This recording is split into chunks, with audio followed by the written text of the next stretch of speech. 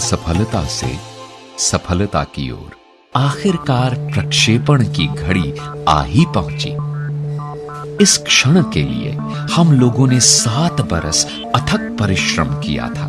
हमारे दल के सभी लोग सांस थामे भारत के पहले उपग्रह प्रक्षेपण यान यानी सैटेलाइट लॉन्च व्हीकल SLV-3 के प्रक्षेपण की प्रतीक्षा कर रहे थे।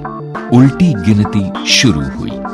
10, 9, 8, 7, 6, 5, 4, 3, 2, 1, lift off! पहले चरण का प्रदर्शन बहुत बढ़िया रहा। हम मंत्रमुग्ध खड़े देख रहे थे। हमारी आशाएं SLV-3 के रूप में उड़ान भर रही थी। अचानक जैसे सपना टूटा, दूसरा चरण नियंत्रण से बाहर हो गया और 317 सेकंड बाद उड़ान समाप्त करनी पड़ी। पूरा ढांचा समुद्र में जा गिरा। हमारी आशाएं धराशायी हो गईं। एक पल जादू था और दूसरे ही पल गहरी हताशा। हम में से ज्यादातर के लिए यह घटना एक बड़ा सदमा थी। मैं क्रोध और हताशा से भर उठा। एक संवाददाता सम्मेलन का आयोजन किया गया था, जिसमें प्रक्षेपण की असफलता के कारणों पर चर्चा होनी थी। मैं SLV-3 की असफलता के लिए खुद को जिम्मेदार मान रहा था और मन ही मन डर से कांप रहा था।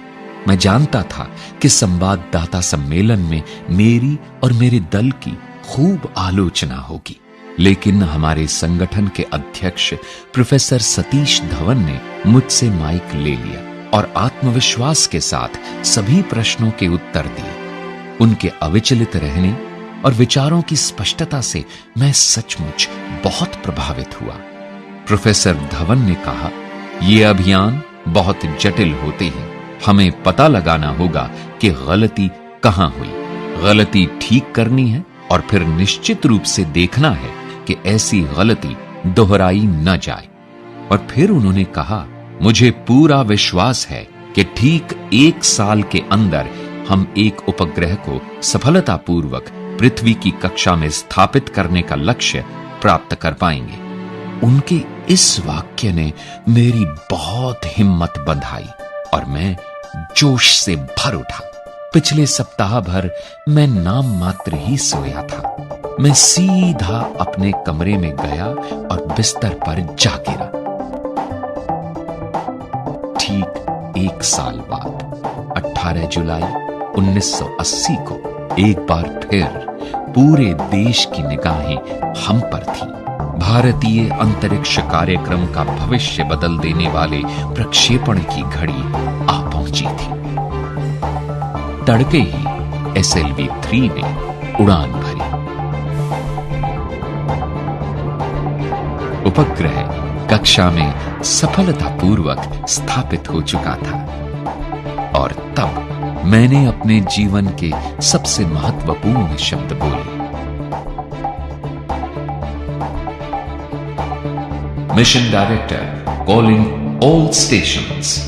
सभी चरण सफलतापूर्वक पूरे कर लिए गए हैं और उपग्रह रोहिणी अब अपने ग्रह पथ में है।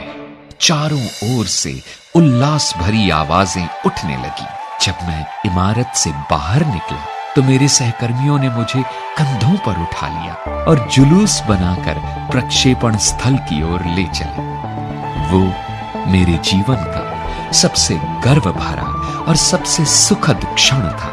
मुझे अपने दल पर बहुत गर्व हुआ।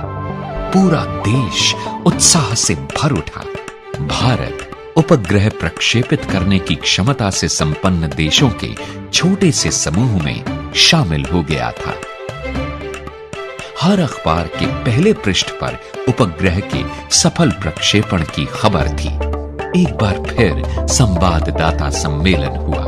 मैंने प्रोफेसर धवन से अनुरोध किया कि संवाददाता सम्मेलन वे ही संबोधित करें।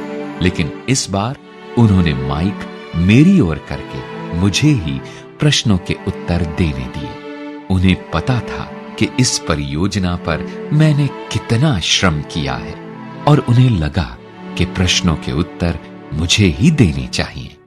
उस दिन मैंने सीखा कि दल का नेता अपने दल का मार्गदर्शन कैसे करता है। वो असफलता का दोष खुद लेकर सफलता का श्रेय अपने दल को देता है।